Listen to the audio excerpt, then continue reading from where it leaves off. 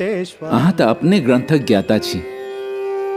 मौन से विष्णु का स्तुति केने छी, अनेको पुराण का रचना केने छी। हरिनाम संकीर्तन काव्य कते कर्ण प्रिय अछि। सत्य, हाँ अपने सत्य कह रहल छी।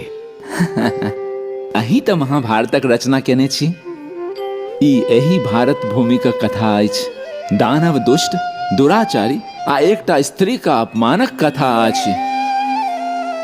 एक दोसर पर आक्रमण करबाक कथा अछि। गदा सँ भाई पर प्रहार करबाक कथा अछि।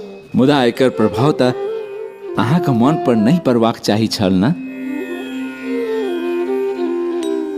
महर्षि, अपने जे कहलहुं से सत्य अछि। आब हम बुझि गेलहुं हमरा से चूक कतऽ भेल।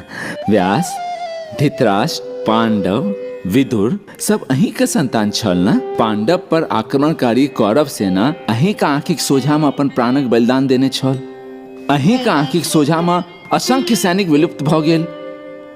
जँ हम एही नरसंहार का अहाँके रचना के दृष्टि से देखे छी तऽ ई मात्र हमरा एक खिस्सा बुझाइत अछि। यह बात अहाँके मन को विचलित केने अछि। शांति के आवश्यकता अछि अहाँके।